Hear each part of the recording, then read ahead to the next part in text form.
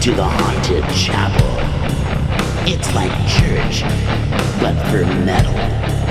Here are your hosts, John Araya and Brittany Elliott. What's up, everybody? Welcome back to the Haunted Chapel. I'm Brittany. And I'm John. And we have an amazing episode for you this week. We had the absolute privilege and honor of having Kyle Thomas from Exhorder, and also one of my favorite bands, as well as Exhorder, Trouble, on this week. And they have a new album out. Exhorder has a new album out, and they haven't come out with an album since 2019. And Defectum Omnium is the name of the record, and it absolutely crushes. It's killer. Just so fucking great. So good. You can feel the pent-up aggression from the pandemic. Yeah, it's such a great album. You listen to it, and you can tell that they took the time to write these songs. It's not put together. It's thought out. The production is amazing. The songwriting, the guitar playing, Pat O'Brien, holy smokes, what a fucking shredder. Yes. So good. I'm glad that he's out.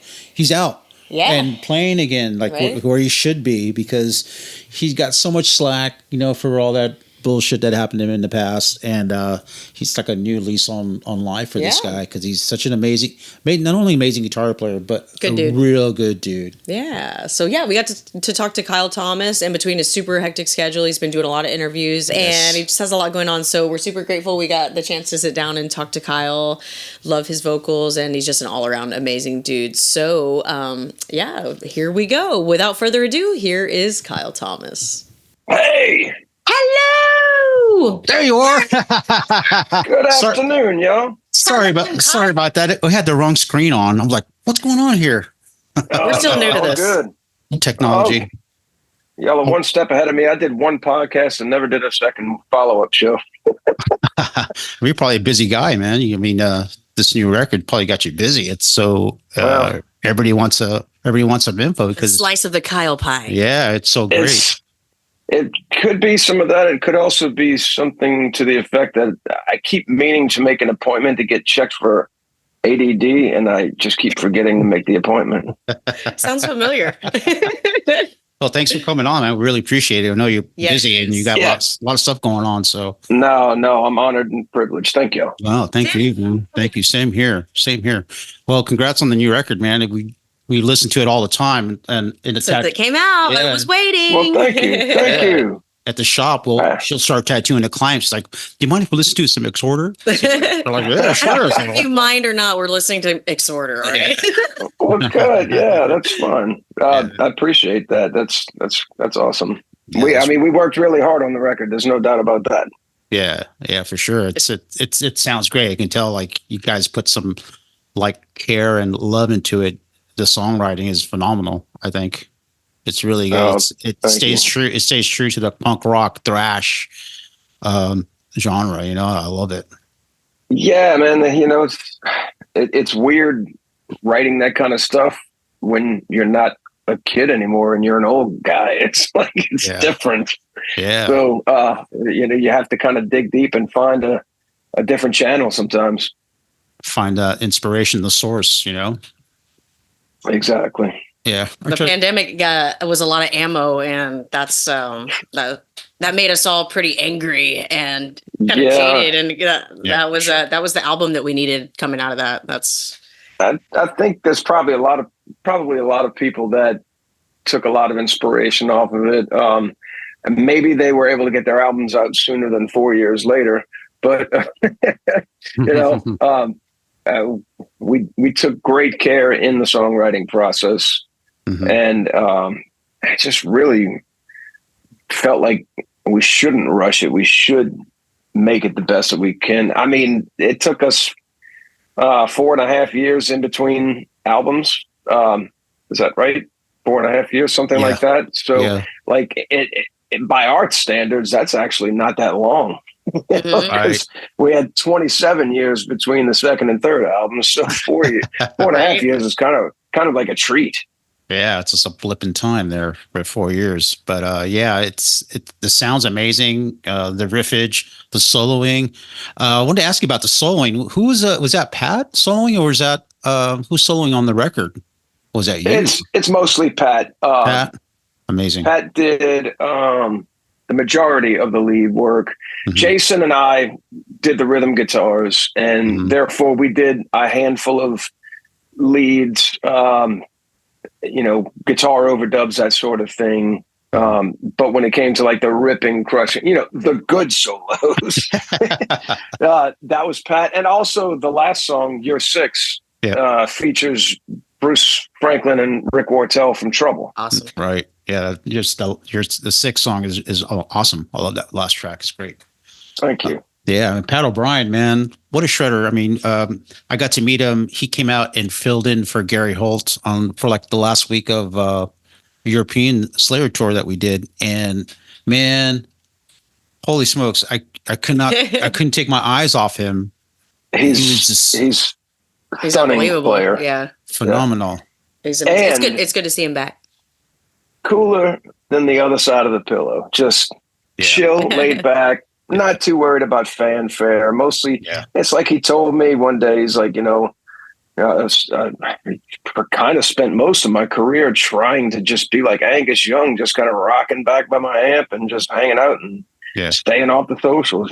He's just not interested in all that stuff. That's good. I wish more people were like that. It's good to see him. It's good to see him out and playing guitar again. He went through some stuff and he really got a lot of flack and shit. But you know what? He's such a good dude. He was such a good guy.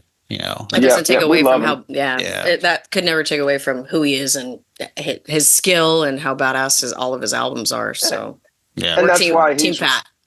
That's why he's destined to rebound, because he's too good to not be featured somewhere. And we're the lucky blessed ones right now to have him in our camp on our side. And he seems happy, doesn't seem to want to go anywhere. So we'll take it. Awesome. Yeah, that's great. Good for you guys, man. He's awesome. Are y'all stoked for the tour coming up?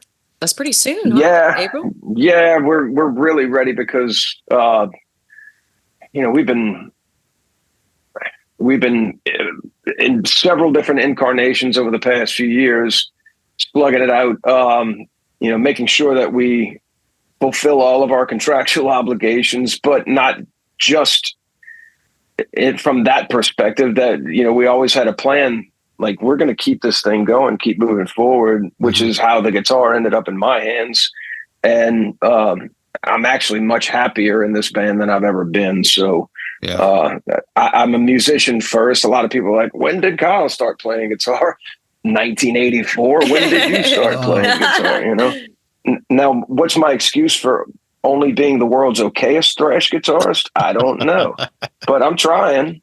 No, sounds great. I have to disagree. You're fucking amazing, and the way that you can sing and thrash at the same time is just like that's awesome. Probably the biggest selling point of what I do on the guitar. It's not an easy thing, a lot of bands where a singer is playing an instrument, especially guitar, a lot of times the guitar parts are specifically written to kind of complement, and like the vocals would drop in to a breathing point with open chords and singing, and we're not doing that. We're literally, it's riffing, it's constant, and take a look at Paul McCartney. Paul McCartney plays amazing counter rhythms on his bass and sings melody over it at the same time, and it is literally this. And I've had to really dig deep sometimes, and thank goodness for the use of metronome, and thank goodness for the little 100-year-old lady that taught me how to play trumpet with a metronome and tap my foot when I was in third grade. It made a difference. That's awesome. Yeah, to riffage like that and to sing vocals is it's not an easy job.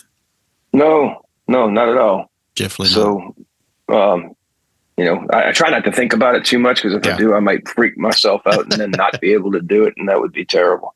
Yeah, no, it's amazing. So the two of you never crossed paths back in the early 80s? Being like, I think both of your bands, Bloodcom and Exhorder, were kind of like the just like unsung heroes of crossover and of that that era. I fucking love both of your bands, and I was like, how do you not know Kyle? You know, so Well, that's really I cool. mean, back then, no internet, no, Yeah, true. everything's snail mail with tape trading, and you lived out in California, I'm assuming, and here I am in Louisiana, and just it wasn't as the world was a lot larger back then, I think. For sure. Yeah. So there's a lot of people like, you don't know so and so. I was like, no, we've never met. And they're like, how did that happen? It's like, I don't know. Yeah, I think we were down with Bloodcomb before you even started Exhorder. So 85. Yeah, I think it was like 86 that we were done. So well, yeah, that's right around the time I was the last one to join in the spring of 86. Yeah.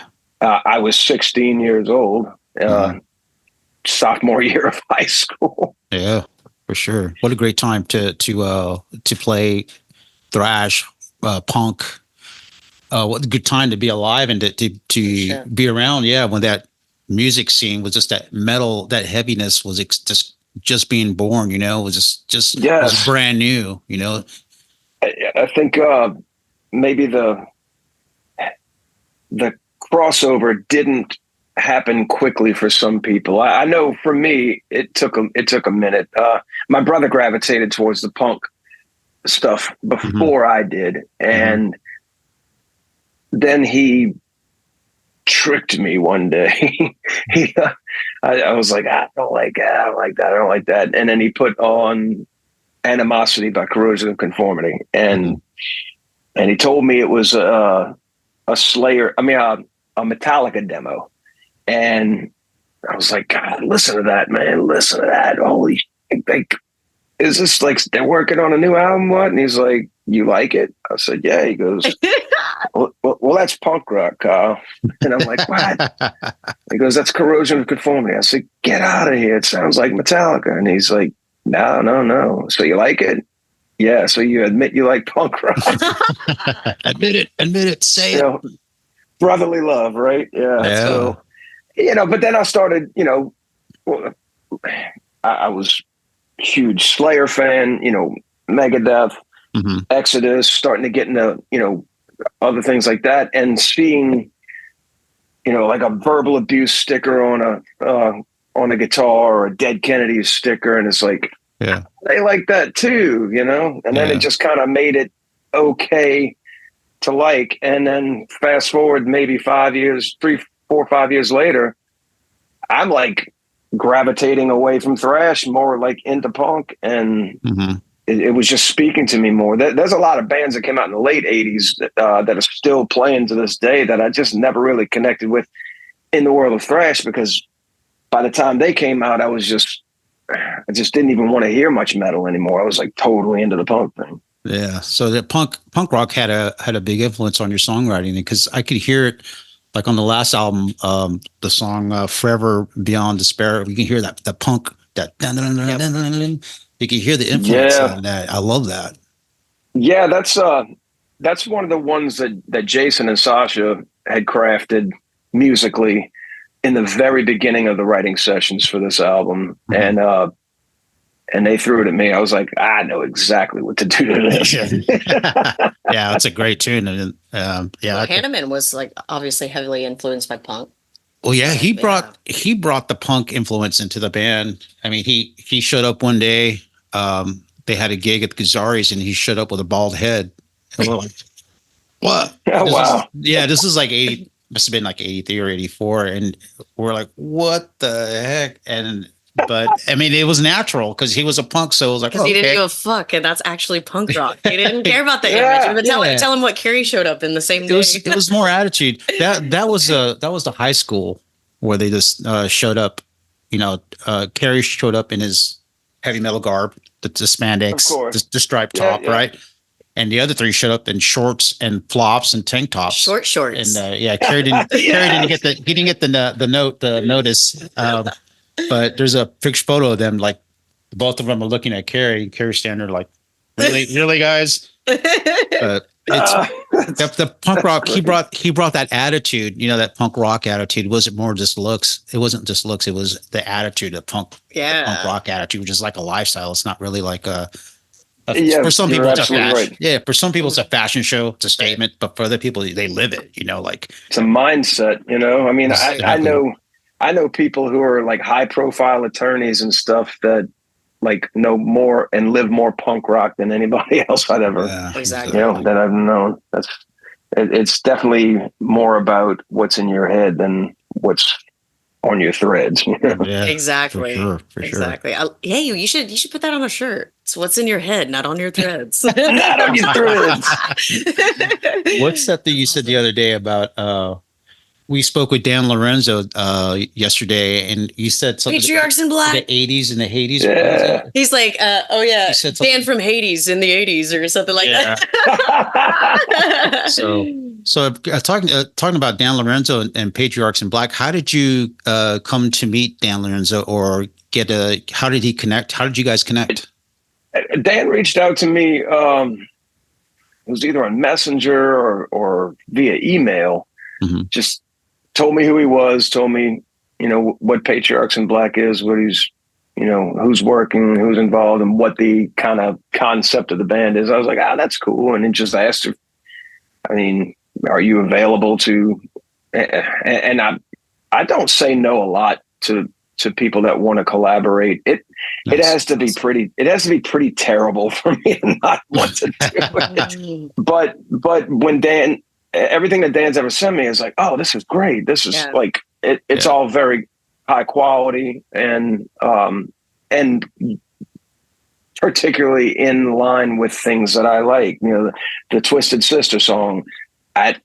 When I was 14, Twisted Sister was my favorite band. So Dee Snider, huge influence on me. Not just vocally, but as a frontman. I saw them on the Stay Hungry tour when I was a freshman in high school, and I'm like, yeah, that's what I want to do. Yeah, he's a great frontman for sure. He can get the crowd, and he's a great frontman. Yeah. Then he gave me the song that eventually became Empty Cup, which you played bass on, correct?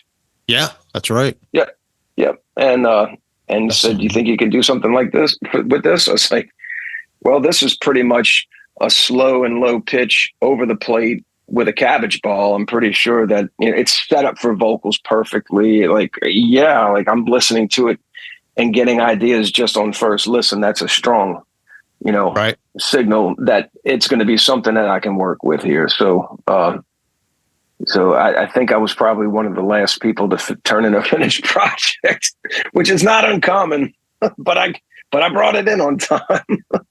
Yeah, Empty Cup, that he played that for me. I'm like, holy smokes, man. Like, that sounds, it was just so heavy. And he goes, oh yeah, you got to hear it. And he sent me like a rough copy. I'm like, oh my God, this is fucking badass. Yeah, I was so, I was so proud and honored. I'm like, who's singing that? He goes, Kyle Thomas. I'm like, I'm playing bass on a Kyle Thomas song. I was like, yes. Like bucket list. Nick.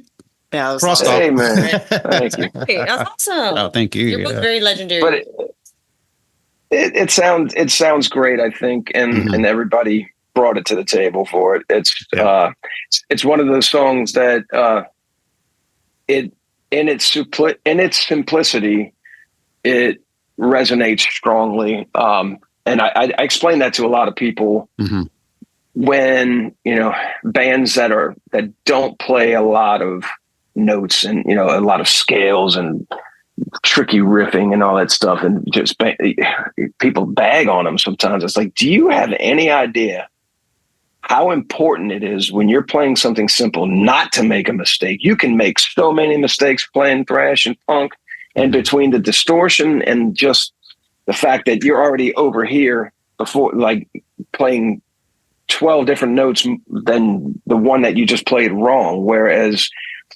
you know, if one person plays a wrong note in the main riff of Black Sabbath, boom, boom, boom, one wrong note in that, and it's just going to be like nails on a chalkboard. Yeah, you're right. So yeah. It's really similar with make mistakes. Yeah, it's real similar with tattooing. I always say like the simplest things are the hardest. Like a perfect star. You've got that many lines and they all have to be perfect and or like I believe it. like a perfect star, like the typo negative logo. One of the toughest tattoos to do because you've got two concentric circles and then you've got the two parallel lines. And if you have any wobble in either of those, the tattoo's fucked up, you know? And so similar Right. concept in my world. And one of my guilty pleasures is following the Facebook pages that have really bad tattoos or really bad tattoos. taxidermy, or bad taxidermy. Yes. You know, I get a kick out of That's that. our coffee table book. It's called Crappy Taxidermy. Yes. It's so good. It's just like the most fucked up. Like it's like they tried but epically failed, and it just makes it that much better. Oh, that's great. That's awesome. Also, Very cool. Also, who's that on Instagram? Billy Lynch. Also, I'll have to send you his page because it's all just like funny, just same type of shit. Please yeah. We laugh and like, oh, look at these bad tattoos, or even like on YouTube, like, bad tattoos. Like, oh my god, how? So, So Kyle, I'm very enamored with New Orleans. Have you lived there your whole life, or have you ever moved anywhere else? Okay. I'm born and raised here. Yeah.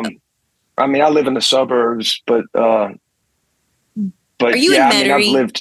I'm in Metairie. Awesome. So I actually moved there in 2010, and I tattooed there for a year in a shop called Uptown Tattoo, which was right on the river bend of St. Charles and Carrollton.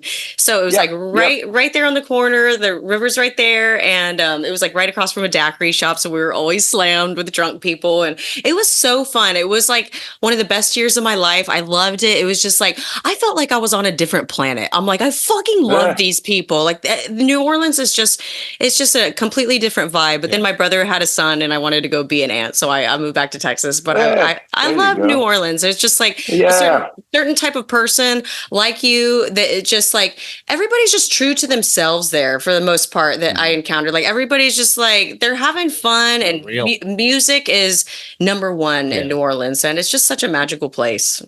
We are a major metropolitan area, but we're not that big. Mm-hmm.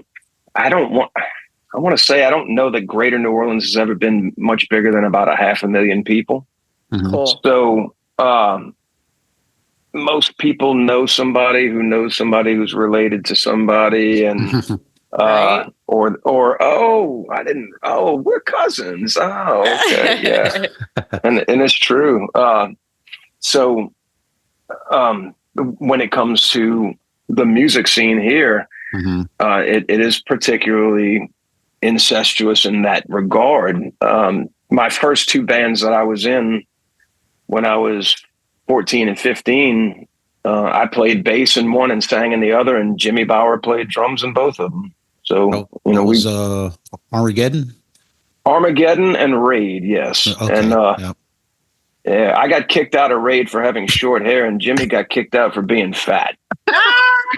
Oh my God. One of the first times I met Jimmy, and I tell this to Johnny because we'll be like, oh man, we need to lose weight and we fluctuate in weight, right? And I go, never forget what Jimmy Bauer said. And I forget the name of his ex, but he's like, man, I always have love for her because she loved me when I was fat. And that always made me laugh. I was like, I fucking love you, man. Like that is so funny. He's like, man, I always have love for her because she loved me when I was fat. He's the best. He's fun. It's great. He's actually a funny guy. Yeah. One of my dearest friends I've ever had. He's wonderful. Yeah. I got the chance to tattoo him.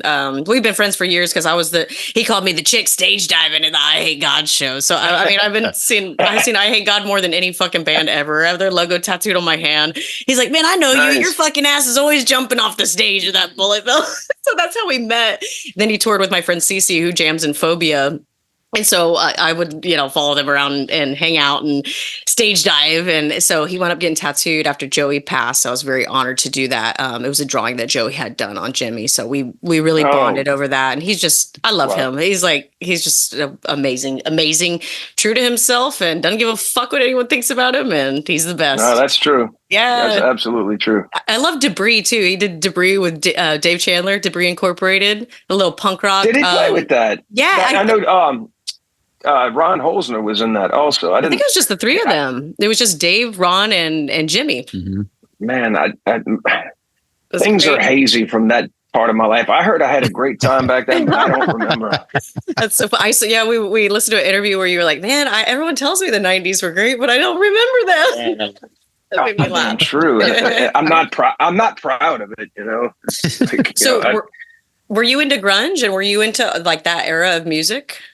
I like all kinds of music. I thought a lot of the Seattle music was spectacular. I'm a Melvins guy. I'm a Soundgarden guy. Alice in Chains. I love Nirvana, man. Like, people bag on Nirvana. It's like, they write better songs than you do. Exactly. Yeah, most of the people bagging aren't musicians. Yeah, Nirvana was great. Yeah, band. that whole Sonic Youth, all that stuff, man. That's near and dear to me for sure. Mm-hmm.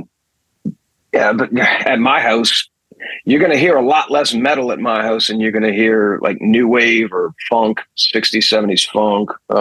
That's just what we're usually spinning here. Mm-hmm.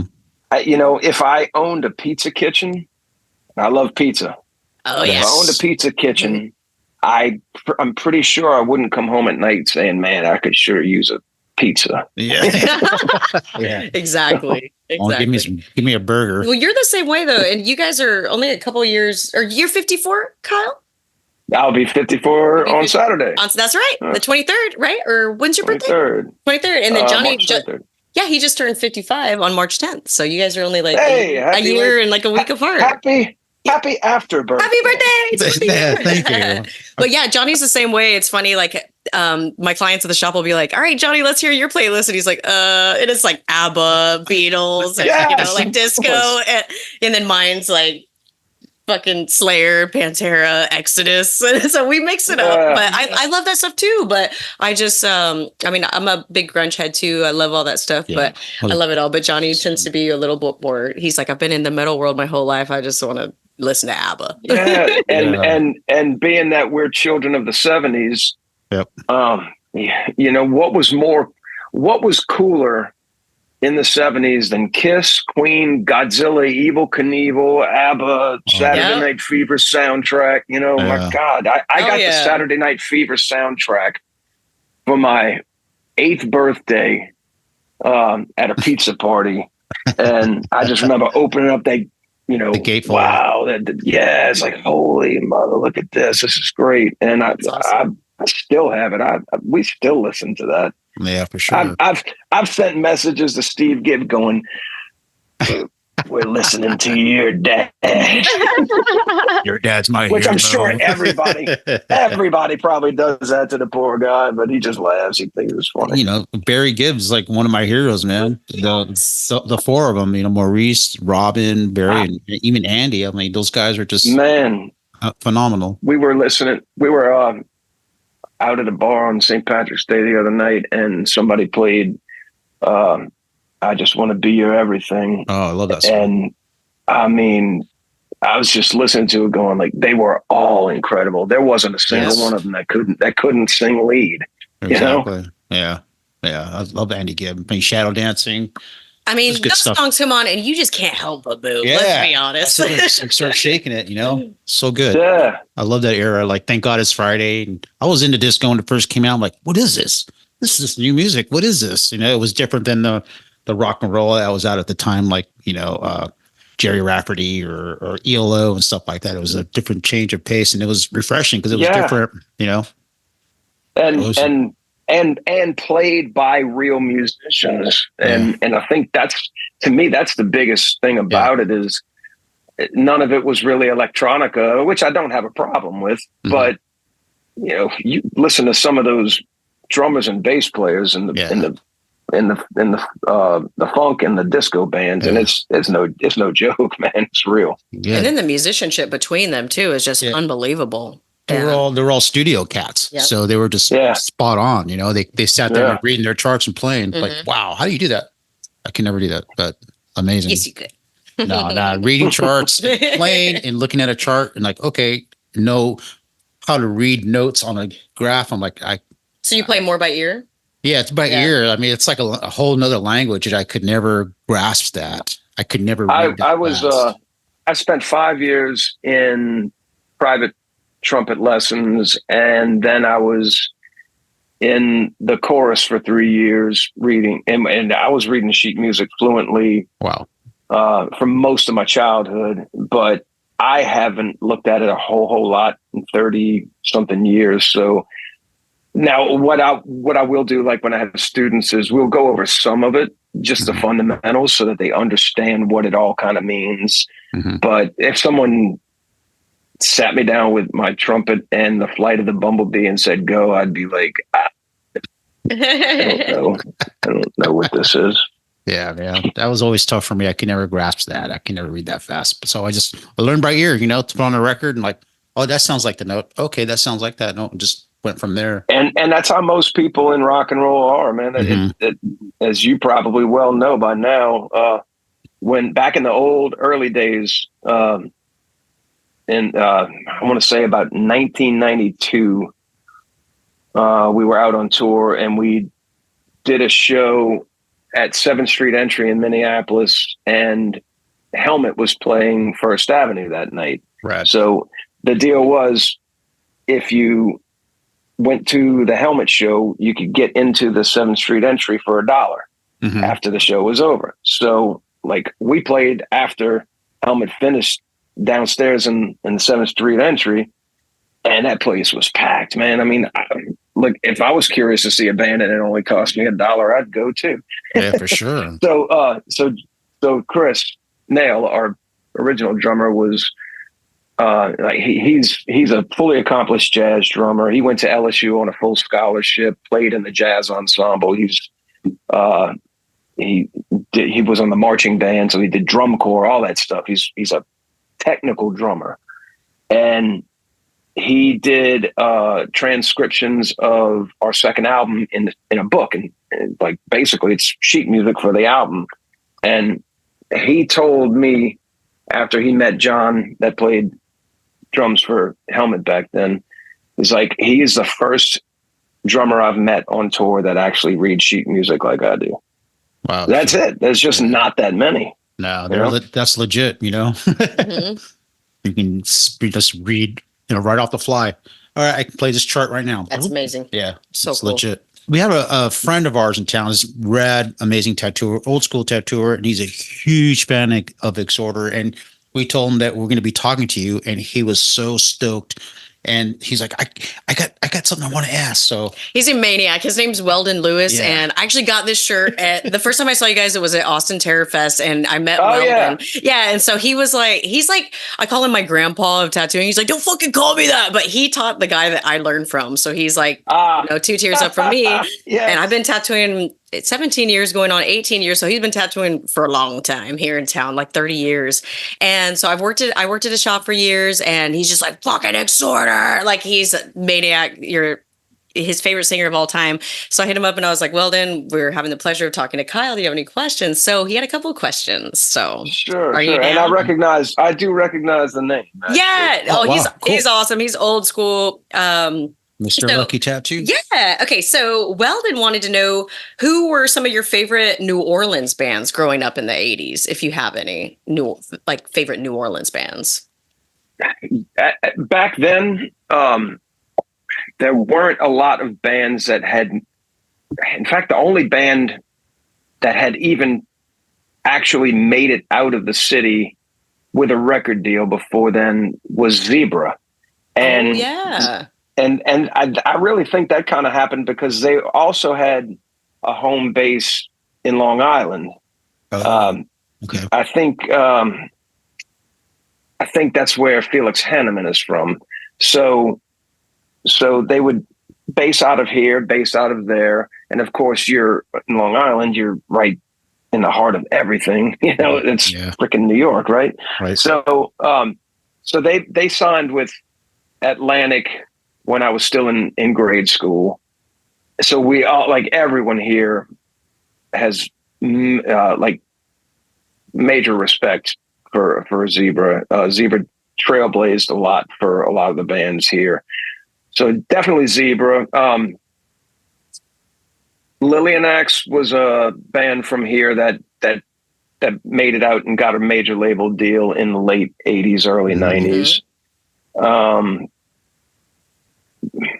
But aside from that, everything else was still underground. You had Kirk Winstein was in a band called Victorian Blitz, and they were kind of a half original, half cover band. And that's how a lot of the heavy metal bands were cornered into being by the promoters here. They didn't encourage all original shows. They would allow them to play a handful of originals, and that was a big reason why we didn't resonate on the metal scene, because we were like, "Fuck you, we'll do whatever the fuck we want," you know. We got original tunes. Which is why we started on the punk rock scene. But in the punk rock scene, the bands before us that were really kind of making noise were Graveyard Rodeo, Shell Shock. So yeah, there was a handful of metal bands that were kind of doing stuff. Phil Anselmo's old band, Razor White, they were another one of those heavy metal bands that were, fighting to get their originals heard. Right. And then Phil got the Pantera gig, I think late 87.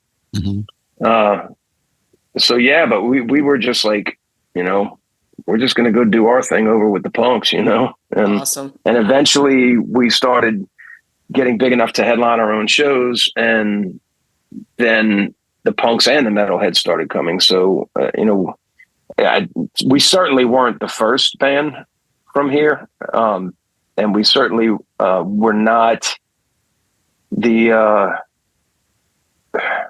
first one to get a record deal either. But, we did help bring a lot of that attention to here, and I'm glad we did, because there's a lot of great bands from here, But aside from that, traditional New Orleans music, like the funk stuff, like the Meters, Dr. John, Awesome.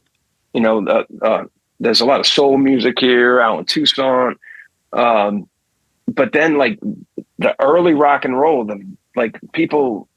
a lot of people like to say it started in Cleveland. There's a strong argument that New Orleans was happening at the same time, or maybe even a little before, in the pioneering of rock and roll, like true rock and roll. The obvious ones like Fats Domino, but there was Lloyd Price, Clarence Frogman Henry, Irma Thomas. They all had major hits, top 40 hits, and awesome. I spin a lot of that stuff around the house still. It's just the soundtrack of my youth, But when you grow up listening to it your whole life, it never leaves you. And it's had a major impact on the way just about everything I've done sounds. Definitely the Exhorder stuff throughout the years was very influenced by that. Our original bass player, Andy, was a fully accomplished jazz, fusion, funk, blues bassist. He could play all of it, man. And, he was a major contributor in the songwriting very early. I think Legions of Death was his. So awesome. But so cool. but then he could turn around and have stepped in for Sly and the Family Stone, or like,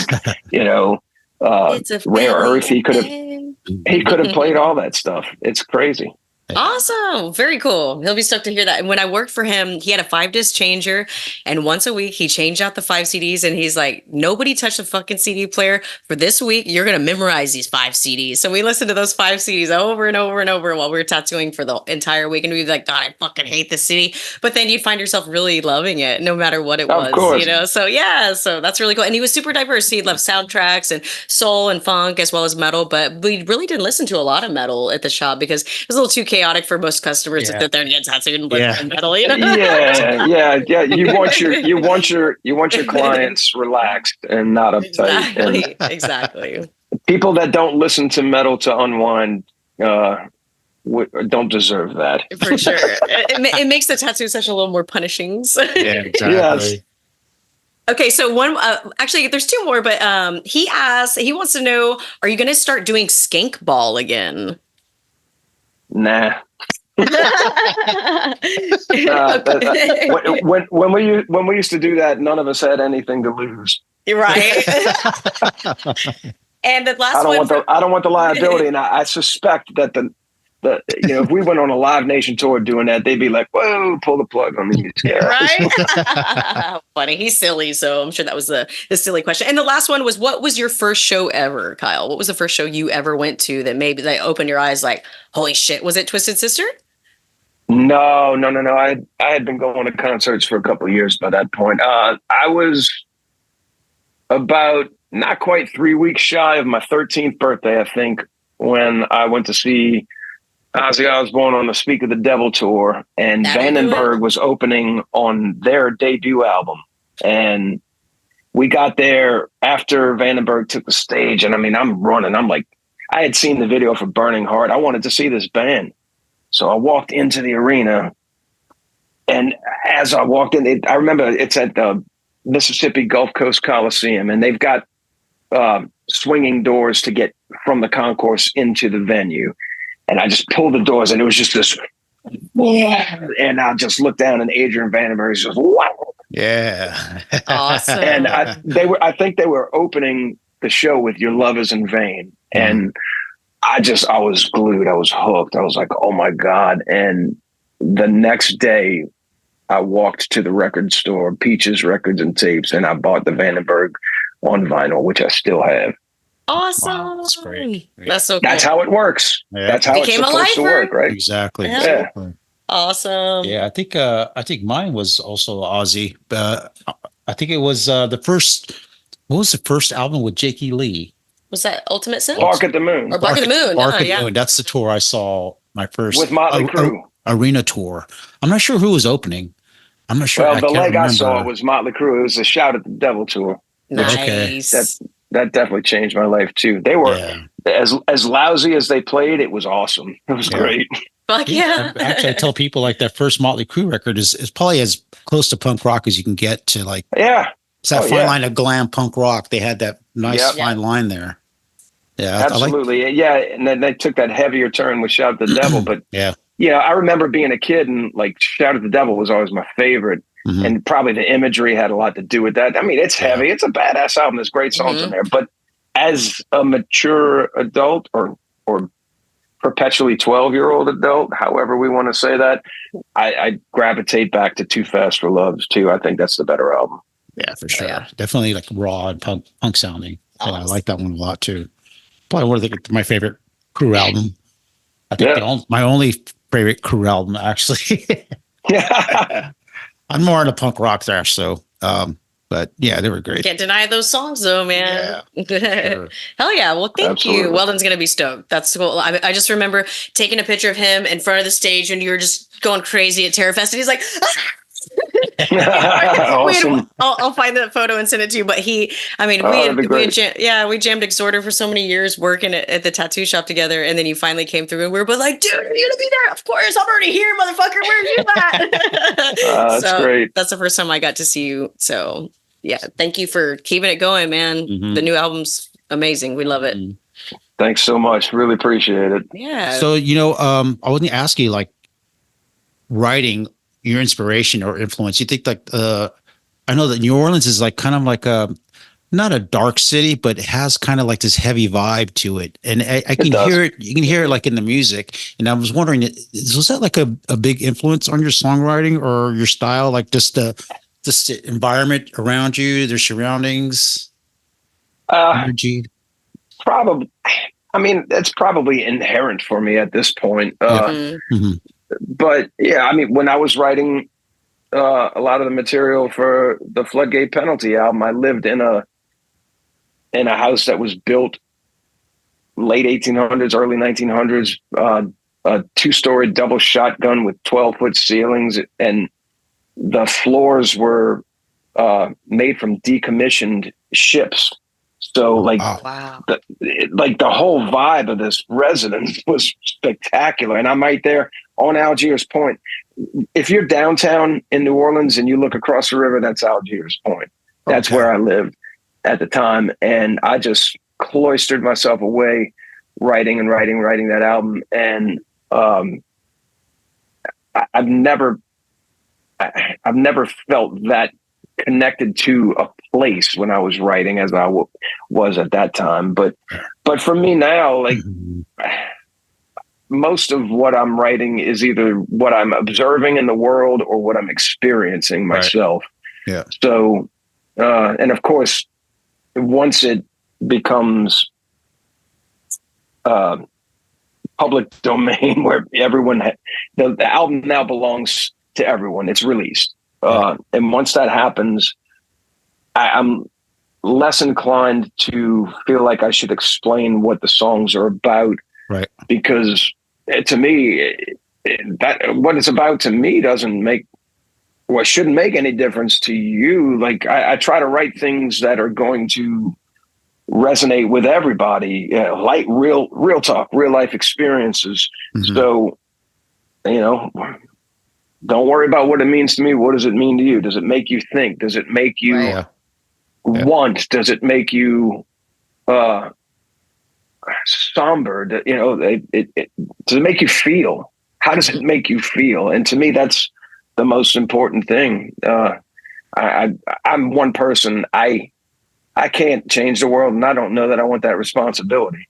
But but I don't mind handing somebody a little pamphlet to open and go, "Ooh, didn't think about that. Wow."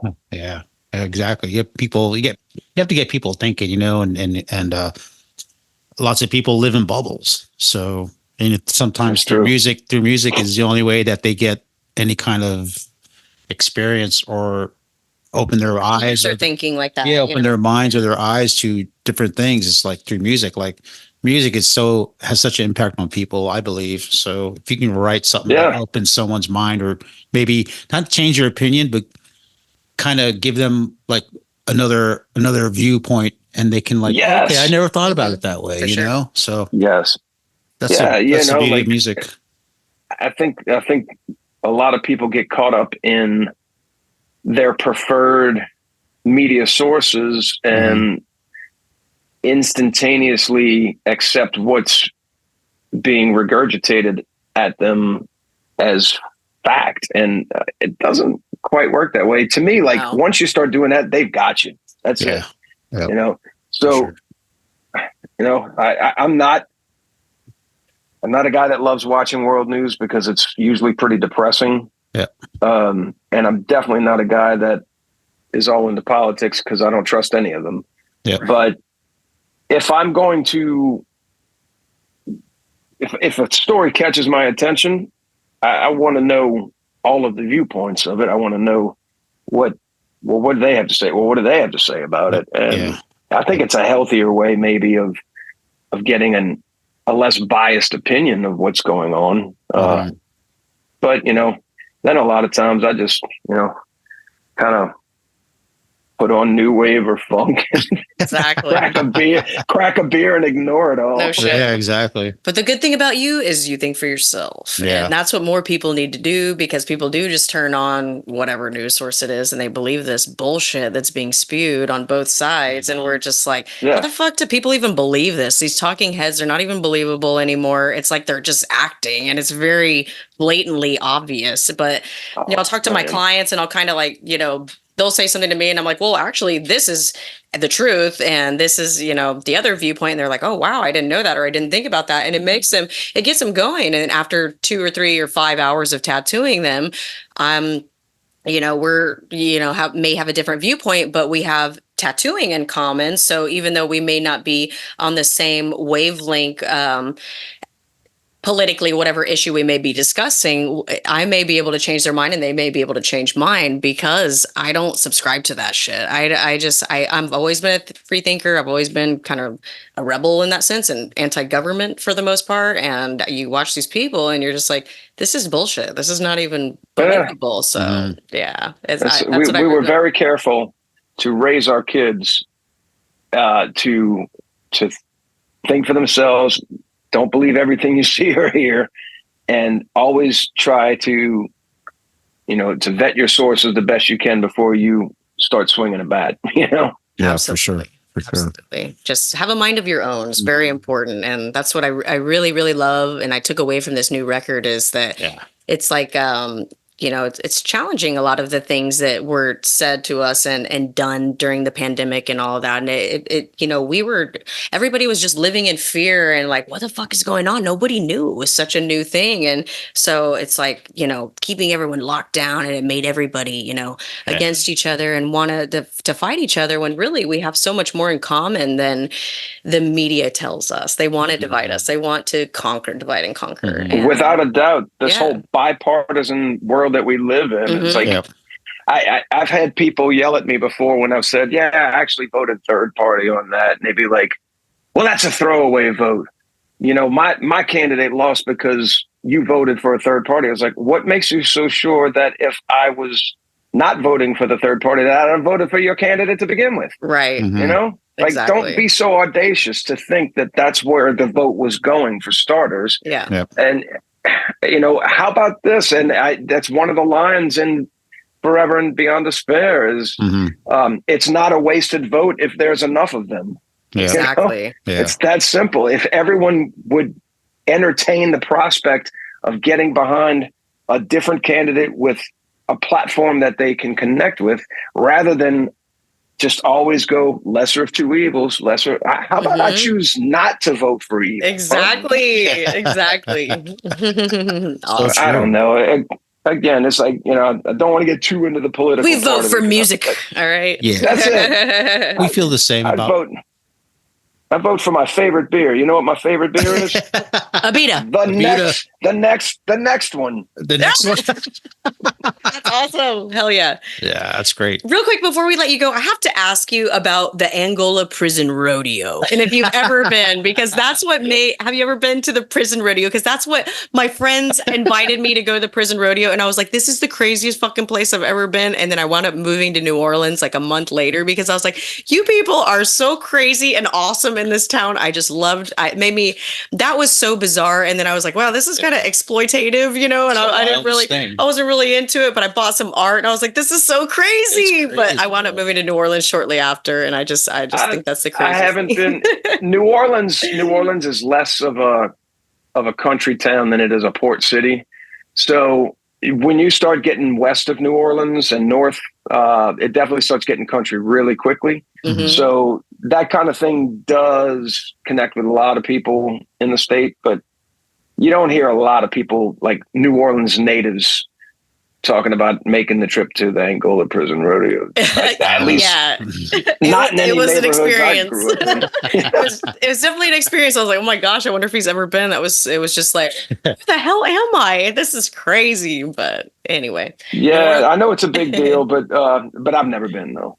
Oh, right wow. on. Yeah, I've never been. She told me about it. I'm like, oh my God, is this real? She's like, oh yeah, it's real. I'm like, holy smokes. And we watch videos of real weird. Wow. That's insane. It's real, all right. But it's all weird. it's all voluntary though. They're like, yeah, they want to do it. I'm like, okay, they're adults. They can make their own decisions, but that's just the wildest thing ever. I had no idea about that.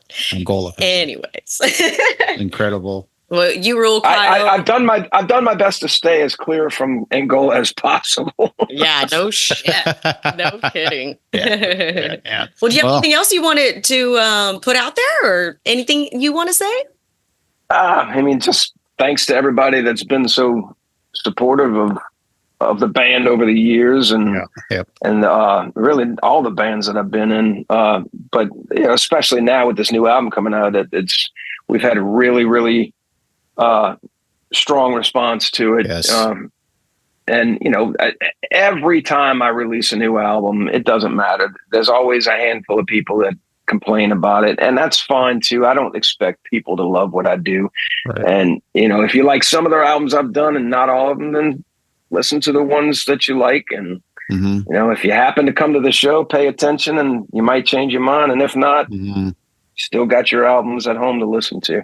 That's right. That's right. Yeah, that's right. But New Trouble album is being recorded now. So that's they started recording the music and then had a setback. I think there was a tech issue with the mixing console, and so they decided to just scrap the sessions and start over completely. So they're about to get jumping on that again. Wow. And I'll record the vocals here at home, probably like I did for the Exhorder album. I recorded those vocals in this very room right here. Awesome. Amazing. How cool. We wanted to focus on Exhorder today, but I had like all these trouble questions to ask you, and Johnny's like, let's just focus on Exhorder. But that's one of my favorite bands of all time. It would just be such an awesome experience to see you sing with Trouble. Yeah. I love your voice, and those albums I bought when I was a young teen from our local record dealer. I'm a fan. So good. Oh yeah, dude. Just like Great band. yeah, the self-titled and Manic Frustration are the first two that I had, and then I kind of went back in time. And just those albums, they're perfect albums, all of them. I'm a Trouble fanatic, and I hope you guys tour the album when it comes out. I can't wait. Crossing our fingers. Yeah. Yeah, the new stuff is really cool. We the difference between the last album that I did with them, the first and only one so far, the Distortion Field, is that it was written, and they were about to start tracking vocals with the other singer at the time, the guy that was in between me and Eric. Can't remember his name. That was a blip in time. Yeah. And so they weren't happy with what he was bringing to the table, I guess, or he wasn't happy with the band. Some kind of way there was a mutual, like, we're not happy right now. So they just sent me all of the music. I said, please don't send me anything with anybody else's vocals on it. Just let me, if y'all giving me, free reign to do my thing here, or if y'all have ideas, please, let's work together. Mm-hmm. And I like doing that too, because it makes that project more identifiable and proprietary than if I were to do it all by myself. But this time around, they wrote the songs with me in mind as the singer. It's the first time that this has happened. So I think it changed the landscape some of what they wanted to do with these songs. That's cool. I mean, they had Eric for what, 6, 7 albums? From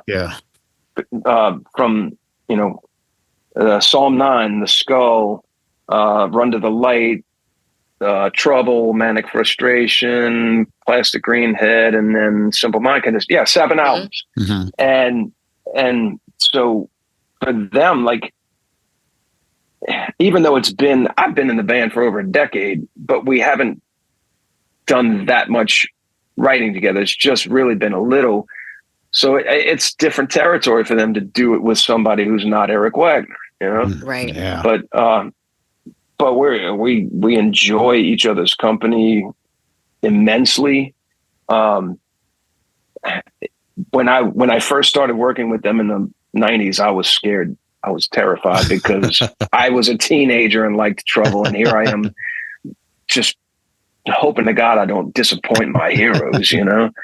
And it turns out they're just all as cool and goofy as I am anyway. So like now it's like Rick and Bruce are more like, big brother types to me, but every once in a while I'm on stage and I step towards the drum riser so that they can go to the front and do their twin guitar solo thing. And I see them silhouetted against the lights, and it's like, wow.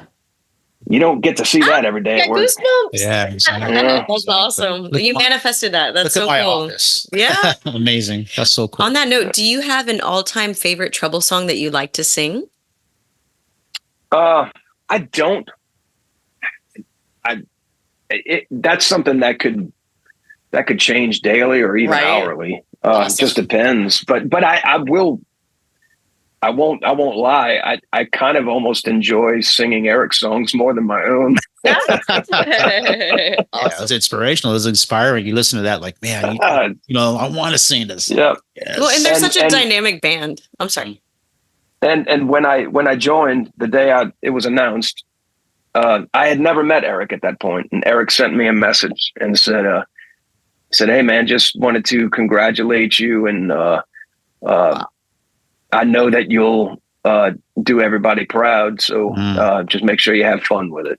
And I was like, "Wow, that could have gone a much different direction." Yeah, for sure. And I've never forgotten that. That he was very kind to me about that, and it made me want to honor him and his legacy that much further.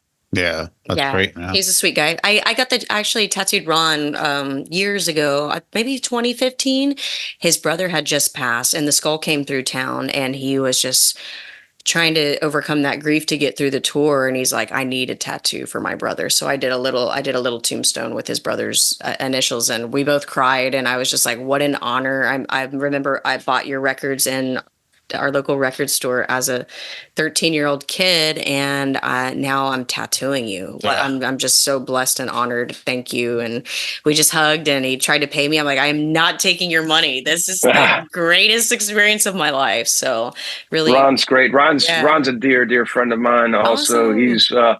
He's the first one that I really that I made friends with, and he and his wife Carol, greatest people. They're both dear friends. Yes. And I've spent a lot of time at their home. Back in the early days, that's where I stayed every time I went to Chicago. And even now that he hasn't been in the band in many years, every once in a while when I'm in Chicago, I try to spend at least one night at their house because they're like family to me. It's like family, yeah. Carol's a big taxidermy collector, right? Dude, I always heard about their killer house. Oh, it's so cool. It's so cool. Yeah. Like the dining room, they've got dining table, right?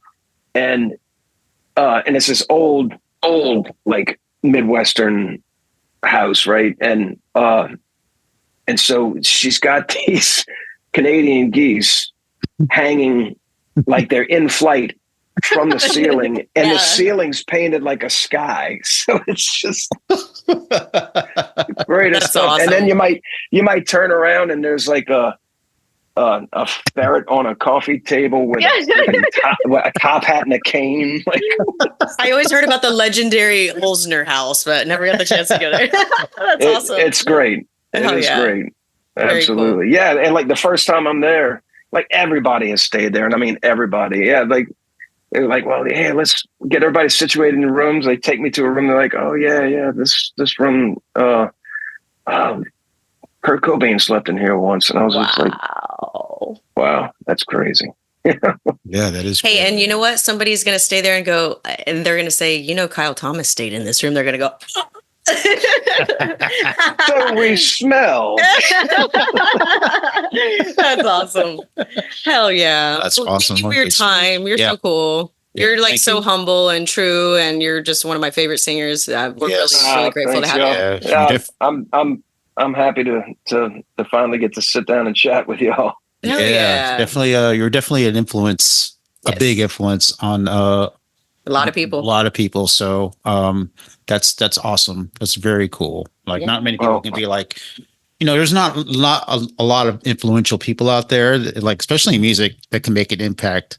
And I feel that you did, and that's amazing. So thanks for coming on with us and talking with us. I mean, it's really cool and honor to talk to you. It's really awesome, and to play a track with you. And play on the song with you. Woo! Yeah, absolutely. Almost forgot about that. Now we're conjoined for the rest of our lives, huh? We're immortalized together. Thanks, Dan Lorenzo. That's great. Hell yeah. Absolutely. Awesome. Well, hey, cool. Any other time, I'm happy to do it just to talk bullshit. Yeah, that's what we are too. I was like, man, we didn't want to ask you the same shit you're always asking. Like, let's just hang out and just have fun and just. Sometimes the questions get cookie cutter. Although I do have to say, this year people are being pretty creative about.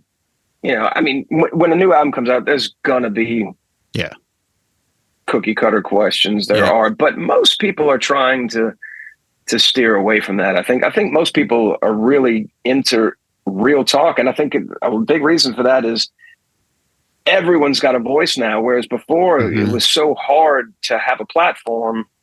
But with so many people being able to have them now, you're going to get more real talk that way, I think. Yeah. It's the real conversation. That's what we try to, like, well, what kind of questions should we ask? Well, I don't know. I got a couple. I just wing it. It's like, I got about 3 questions. You got 2. All right. Well, let's hope it goes well, because it's more just conversation and just like Keep it organic. Yeah, keep it organic. Keep it away from. Hey, did you typical... ever see The Witch? Did you like that one? Yeah. Or what about Vivarium? I mean, we could just talk about movies, horror movies. Yeah. Hey, well, if you ever want a table made, let me know. I would be honored to gift you a table, whether it's Exhorder or Trouble or a movie. Or I know we've what? I know you've left a couple comments on my tables. I'm like, that's fucking Kyle Thomas from Exhorder. Oh my god, I'd totally be honored to make you something. Yeah, the tables look great. Thank you. We're due for a road trip, so and I need to come visit Chandler. I haven't seen him since I toured with Vitus, and we stay in touch. I don't see him very often, man, but I love the guy. He's really cool. He's really one of a kind, isn't he? Yeah, it sure is. So, well, hell yeah. Well, we'll let you know next time we're out there, and we're going to catch up and drink a couple beers. And absolutely. And if no doubt. Sounds like a winner. If you ever come through San Antonio, let us know. You got a place to stay here, or if you just like go out and have a drink or whatever, let us know. We'll be back around there at some point, I'm sure. We've rolled through there quite a few times in the last few years. So we'll do a heads up next time. Yes, awesome. For sure. That'd be awesome. That sounds killer. Thank you again. You're awesome. Yeah. Thanks again. And a great record. Guys, we can't tell you enough how awesome it is. So amazing. It makes us very happy to hear. It does. That's great. Yeah. Well, that's awesome. Well, have a good night. Yeah. Have a good night. Yeah, likewise, y'all. Thanks a lot, man. We'll talk soon. Later, Kyle. Thank you so much. Bye. Well, what'd you think of that? Amazing, right? What a great guy. Kyle, you are absolutely awesome. We're super grateful to have been able to sit down with him and steal an hour of his day. Super big thank you to Kyle for taking the time out to talk with us, because he's really busy now promoting the record. So to take the time out and talk with us was very, very cool of him, and we appreciate it. Yeah, such a humble and kind person, like a lot of musicians get these crazy egos, and a lot of them, they're badass, but you got to stay humble and stay true to yourself. And that's one thing about Kyle is like, he doesn't give a fuck about image and like trying to dress all cool and all this. He just is fucking cool. He's just the quintessential heavy metal frontman. He's the shit inside and out. I love that dude. He's great. So he inspired lots of bands for that style. I mean, he was kind of an innovator, and people kind of saw that and were like, hey, I want to kind of emulate what he's doing. And some people did it well. But I mean, Kyle's the OG. Yeah, man, he's the shit. Yep. So I hope you enjoyed that episode, and drop us a comment. Make sure to like and subscribe The Haunted Chapel on YouTube, and let us know who you would like to have us to have on the show next, and drop us a comment. Maybe we'll answer one of your questions on the next episode on a Q&A. Make sure you check out thehauntedchapel.com. Check out some of our merch. We've got a couple t-shirts, a couple pins. We're going to try to put a couple more things on there soon, but make sure that you have yourself a great day. Stay metal, support bands, check out all the awesome tours that are coming up. I know they just announced Carcass and Hatebreed, which is so legendary. Those are two of my all-time favorite bands, two of the heaviest bands that ever graced this planet. I'm not sure I'm going to survive that one because I'm going to be fucking thrashing so hard. So I think that's in November, right? They're playing here in October 12th. Yes. So I think the tour starts. I think Exhorder is going to be leaving in a so make couple sure weeks. You catch Exhorder and That's Violence, right. And support those guys. They're both great bands, great friends, and legends, man. They've been around since the early 80s, so make sure you just support live music as much as you can, because this planet is going to hell in a handbasket really quick. So let's all support each other and stay metal and support heavy music. That's right. Thank you all for your love and support. We're super grateful. Thanks for watching. Thanks for listening, and keep it heavy and stay haunted. Don't be a poser.